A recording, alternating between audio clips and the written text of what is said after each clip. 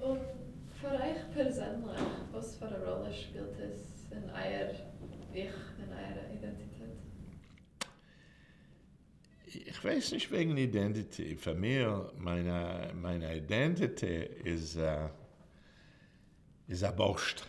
Ein Borscht von religiös. Ich bin nicht orthodox. Ich bin, wie man sagt, Massorti, konservativ, traditionell. Sie gewinnen, ich sage ja, ich bin nicht gegangen in Schillereien Schabbos. Aber es ist schon 15 Jahre, ich gehe alle Schabbos. Ich hoffe, wir nehmen vergnügen.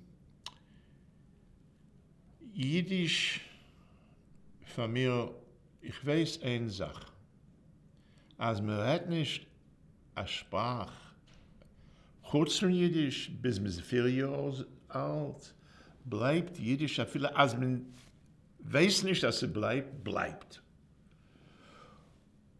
Und ich schreibe, 50 Jahre bin ich gewesen Journalist, habe geschrieben für Zeitungen, für Television, für Radio, documentary films, I've written a book, contributed to many books. Ich weiß eine Sache, plötzlich in Mittel von einer Sentence. Oh, es ist da ein besserer Weg. Und der bessere Weg, Jiddisch hat mir gegeben, das kann sein mit allen Sprachen. Das ist nicht wichtig. Aber was Jiddisch geht nicht bloß, wie man sagt, technisch. Aber es geht, als man kennt Jiddisch, und als man gelernt Jiddisch, man studiert Jiddisch und versteht Jiddisch, vielleicht als man redet es nicht, bleibt, es ist doch auch viel Politik. Ich kann nicht verstehen, es ist also wie man sagt, ein Derchheim, es ist ein Weg vom Leben.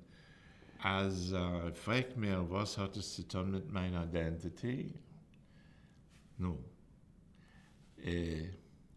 Also ich wollte mir fragen, was hat die Hand zu tun mit meinem Guff? Gott sei Dank, ich habe noch die Hand. Ich habe noch einen Guff. Ich habe noch einen Körper. Die Hand und der Körper gehen zusammen. Jiddisch, my DNA.